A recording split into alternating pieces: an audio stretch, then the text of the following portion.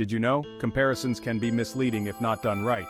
This video is not endorsing any candidate for the presidency of the United States. Our goal is to highlight how comparisons, when lacking accurate context, can trivialize the heinous acts committed during World War II and the Holocaust. It's crucial to approach such discussions with care and precision to avoid diminishing historical atrocities. Remember, context matters. Thanks for watching and stay informed. The weight of history, why comparisons matter. History is our collective memory. It offers lessons, warnings, and insights into human behavior. Comparisons are tempting. We use them to understand the present, but historical comparisons carry weight. They demand accuracy and sensitivity. Misusing them can distort the past and mislead the present. Adolf Hitler's reign was one of unparalleled horror. The Holocaust, the systematic murder of 6 million Jews, stands as a chilling testament to his ideology. His expansionist ambitions plunged the world into war, costing millions of lives. His totalitarian regime crushed dissent and extinguished freedom. Hitler's crimes were unique in their scope and intent. They remain a chilling reminder of the dangers of unchecked hatred and authoritarianism. Donald Trump's presidency was marked by controversy. His rhetoric often inflamed tensions and divided Americans.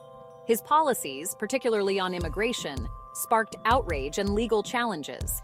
He faced accusations of corruption and abuse of power. However, to equate Trump's actions with Hitler's is a gross mischaracterization. Trump's policies, while controversial, did not amount to genocide or systematic oppression. His rhetoric, while inflammatory, did not incite a world war.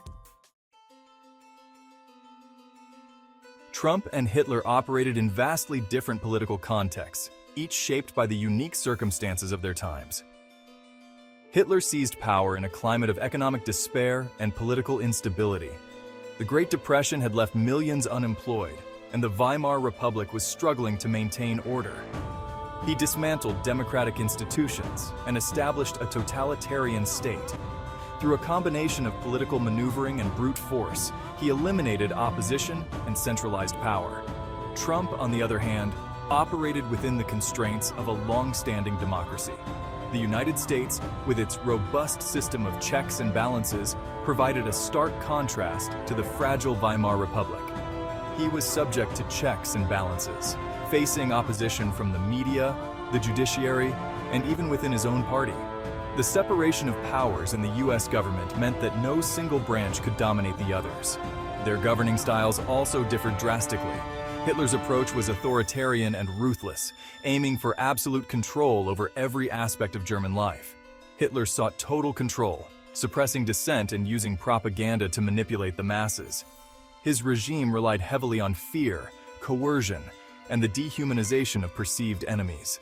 Trump, while often dismissive of criticism, did not establish a cult of personality or systematically silence his opponents. His tenure was marked by contentious relationships with the press and frequent public disputes, but the democratic institutions remained intact. Hitler's regime was characterized by extreme measures, including the persecution of minorities and the implementation of genocidal policies. The Holocaust remains one of the darkest chapters in human history.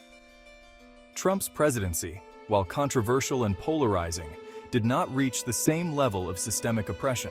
His policies sparked significant debate and protest, reflecting the vibrant, albeit divided nature of American democracy. In summary, while both leaders were polarizing figures, the contexts in which they operated and their methods of governance were fundamentally different. Hitler's totalitarian regime sought to control every facet of life, whereas Trump's administration functioned within the framework of a democratic system, with all its inherent checks and balances. Section 5. Trivializing the Holocaust. The danger of false equivalences. Drawing facile comparisons between Trump and Hitler trivializes the Holocaust. Such comparisons are not only historically inaccurate but also deeply disrespectful to the memory of those who suffered and perished during one of the darkest chapters in human history. It diminishes the suffering of millions and minimizes the unique horrors perpetrated by the Nazi regime. The Holocaust was a meticulously planned and executed genocide, aimed at the complete annihilation of the Jewish people, along with other marginalized groups.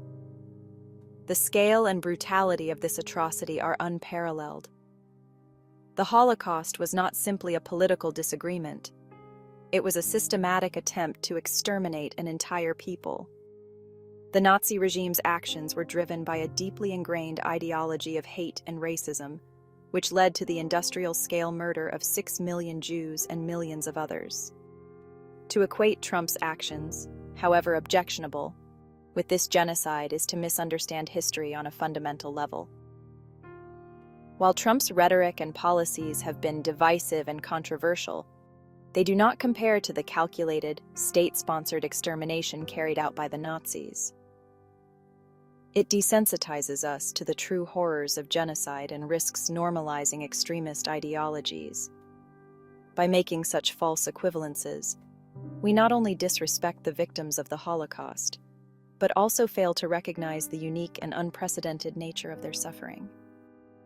This trivialization can lead to a dangerous erosion of historical understanding and a diminished capacity to recognize and combat genuine threats of genocide and extremism in our world today.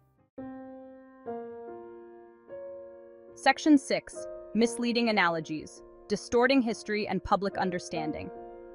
False historical analogies are not merely inaccurate, they are dangerous. They can lead to a distorted view of history, which in turn affects our understanding of current events and our ability to make informed decisions. They distort our understanding of the past and hinder our ability to learn from it. When we draw false parallels, we oversimplify complex historical events and figures, reducing them to mere caricatures. This not only disrespects the gravity of historical events, but also misguides our perception of present-day issues. By equating Trump with Hitler, we risk misinterpreting the warning signs of true fascism and authoritarianism. Such comparisons can desensitize us to the real dangers of authoritarian regimes by making them seem more commonplace and less severe than they truly are. We must be wary of reducing complex historical figures and events to simplistic comparisons. History is nuanced and multifaceted, and understanding it requires a careful and thoughtful approach. Simplistic analogies do a disservice to the intricate realities of the past. Such oversimplifications prevent us from engaging in meaningful discussions about contemporary issues and the lessons we can learn from the past. To truly understand and address the challenges we face today, we must approach history with the respect and complexity it deserves. Only then can we draw accurate and useful lessons from it, fostering a more informed and thoughtful public discourse. Section 7. The importance of nuance, avoiding reductive comparisons. Political discourse thrives on nuance. It demands that we engage with complex issues in their full context. Reducing complex figures like Trump and Hitler to simplistic comparisons undermines this process. Trump's actions and rhetoric, while often concerning, do not align with the defining characteristics of Hitler's regime. To make such a comparison is to flatten history and ignore the crucial distinctions between their ideologies, actions, and the contexts in which they operated. Section 8. Responsible discourse, informed debate in a complex world. Engaging in responsible political discourse requires a commitment to accuracy, nuance, and a rejection of hyperbole.